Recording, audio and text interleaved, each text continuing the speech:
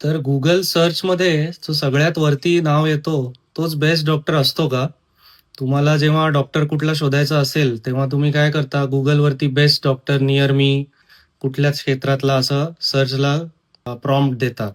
तर त्याच्यामध्ये जे सगळ्यात वरती नावं येतात, ती अल्गोरिदमनी बरेचदा मॅनेज केलेली असतात. त्याच्यामध्ये आयदर ती स्पॉन्सर्ड असू शकतात किंवा सर्च इंजिन ऑप्टिमाइज केलेली असू शकतात. म्हणजे ठराविक कीवर्डसाठी त्यांचे नावं वरती येणार, असं आधीपासून प्रोग्रामिंग करता येत असतं.